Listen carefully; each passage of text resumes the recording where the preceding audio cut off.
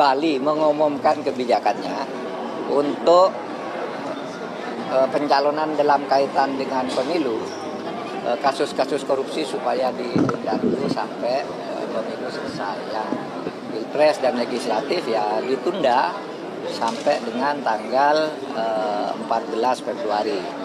Yang pilkada sampai dengan November atau kapan pilkada itu dilakukan. Itu hanya ditunda. Ditunda dulu penyelidikan dan penyidikannya. Jadi sebetulnya udah ada data di penegak hukum, kejaksaan misalnya. Oh ini potensi. Jadi justru mereka menghalangi potensi itu manifest menjadi kasus kan. Jadi intinya tunda atau lepaskan dulu potensi kriminal demi tahun politik. Itu konyol. Ya kalau dia kriminal ya tangkap aja kan. Banyak capresnya yang memang baunya korupsi, ada sprindik di situ kan. Jadi ini sinyal buruk bagi demokrasi. Seolah-olah mereka yang akan ditangkap itu harus dimaafkan dulu nanti setelah mereka berkuasa baru diproses. Nah kalau udah berkuasa bagaimana prosesnya? Jadi bayangkan misalnya satu dari mereka yang lagi nyapres sekarang misalnya itu terlibat kasus korupsi itu. Lalu dia jadi wakil presiden. Lalu bagaimana memproses seseorang yang udah jadi wakil presiden? Jadi ini konyolnya kejaksaan ini kayak mau nyimpan kucing dalam karung, padahal karungnya udah robek, kita udah tahu kucingnya itu kucing apa ya, di situ kucing maling itu. Jadi sebetulnya ini kelakuan penegak hukum ini yang membuat demokrasi itu membusuk. Ini yang sering kita sebut sebagai political decay, pembusukan institusi politik, institusi hukum segala macam. Jadi ngapain juga orang mesti diam-diam aja kalau begitu kan, gak usah proses kan. Begitu diucapkan orang merasa berarti Kejaksaan Agung tahu ini adalah potensi sebagai koruptor, tetapi kita tunggu dulu. Kalau dia nggak terpilih baru ditangkap, kalau dia terpilih jangan ditangkap, kan kira-kira begitu kan.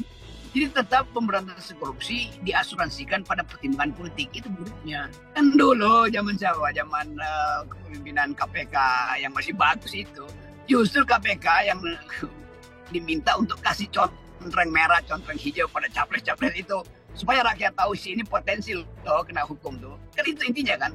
Jadi mestinya Kejaksaan Agung menegur para politisi ini, mau anggota DPR, calon kepala daerah atau bahkan calon presiden wakil presiden, beritahu pada publik bahwa ini potensi kena sprindik loh, ini potensi kasusnya dibuka loh, supaya ada keterbukaan informasi. Jangan sampai setelah udah terpilih lalu susah untuk diproses karena kekuasaan dia sudah pasti akan menghalangi proses-proses pidana yang menyangkut kehidupan kriminal dia sebetulnya kan. Jadi bagian-bagian ini kan, jadi kita bayangin itu kayak malaikat yang bilang oke, tunggu dulu ya, jangan dulu dihalangi di Siratul Mustaqim, tunggu dia masuk surga dulu tuh. Ya belum masuk surga ngapain lewatin Siratul Mustaqim kan gitu. Memang justru mesti ada black campaign terhadap mereka yang potensi koruptor. Nanti orang akan pilih kan ini black campaign atau negatif campaign. Kan banyak dari mereka pejabat daerah atau pejabat nasional yang sprindiknya udah ada di KPK, tinggal dikeluarin tuh. Jadi biarkan aja publik menilai bahwa ini potensi untuk ditangkap sebagai koruptor. Jadi jangan ditahan, justru kan terbalik kan. Di dalam upaya kita untuk membersihkan negeri ini, mestinya Kejaksaan Agung mendorong keterbukaan informasi, bukan justru menunda. Ini konyol ini, atau tunggu. Saya ingat banyak kasus di mana permainan kekuasaan itu mendahului kebersihan hukum kan. Kejernihan hukum itu tidak boleh terhalang oleh kabut kekuasaan. Jadi kita balik lagi, banyak contoh memang di dalam kita di mana seseorang itu dilindungi secara politis dan bukan justru untuk diwujudkan prosesnya melalui jalur hukum. Nah ini penanda bahwa pemilu nanti udah pasti curang tuh kan. Kenapa? Karena rakyat tidak punya hak untuk mengetahui secara lengkap. Ini calonnya sebetulnya dia kriminal, potensi kriminal, atau dia dilindungi setelah dia nyetor janji atau minta diproteksi oleh lembaga-lembaga penegak hukum. Jadi penegak hukum itu nggak boleh memproteksi orang yang bahkan indikasinya 1% mestinya diproses. Jadi bukan tunggu dulu deh, nanti ada problem nanti kalau dia jadi presiden, saya mau naik jabatan maka biarin aja kasusnya di PTS-kan dulu kan. Dan itu buruk kan. Jadi pemerintah kita itu juga di-watch oleh pengamat asing sebagai pemerintah yang nggak ngerti hubungan antara politik dan hukum. Itu dasarnya begitu kan. Di mana di dunia ini dalam pemerintahan demokratis seseorang yang punya potensi untuk ditangkap sebagai koruptor dilindungi justru oleh orang yang harus menangkap. Kan Kejaksaan Agung udah kasih ini daftar mereka yang kira-kira potensial untuk ditangkap. Disebar aja kan sebagai potensi itu supaya rakyat tahu tuh. Dan rakyat sebetulnya udah tahu nih siapa calon wakil presiden yang sprindiknya tinggal dikasih tanggal dan nomor tuh.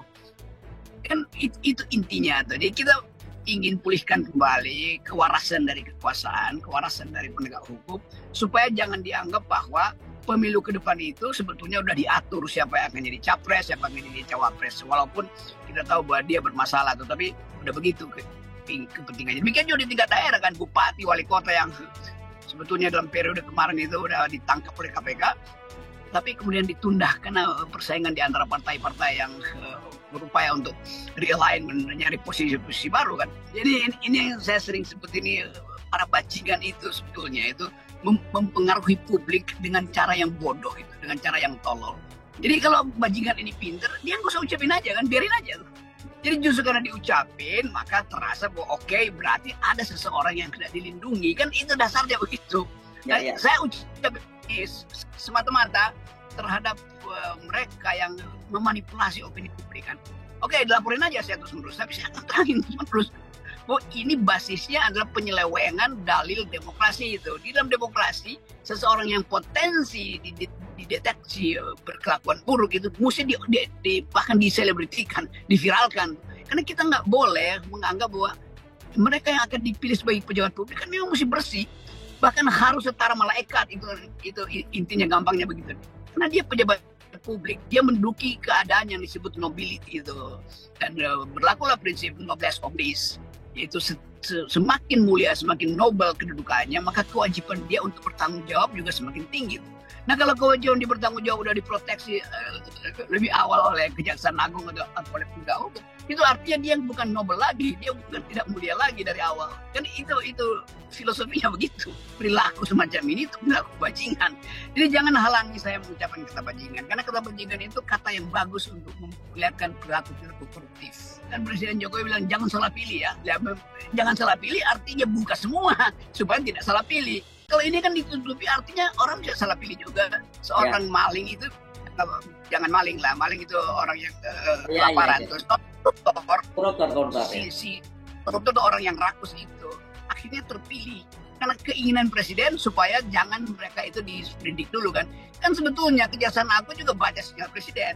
Kalau Presiden Jokowi ingin menegakkan korupsi, bilang presiden kasih pidato, saya nggak suka cara Jaksa Agung di teks tentang mereka yang potensial untuk dijerat tapi ditunda pemeriksaannya. Kan bisa begitu. Tetapi kalau Presiden Jokowi nggak kasih sinyal juga, itu artinya Presiden Jokowi setuju juga bahwa calon-calon tertentu itu ditunda sprindiknya. Kan itu kan. Jadi buruknya di situ. Saya pakai kata itu lagi tuh. Dan itu yang menunjukkan bahwa demokrasi kita memang udah rusak. Demikian update news kali ini. Jangan lupa tekan tombol like, subscribe, and comment channel kami.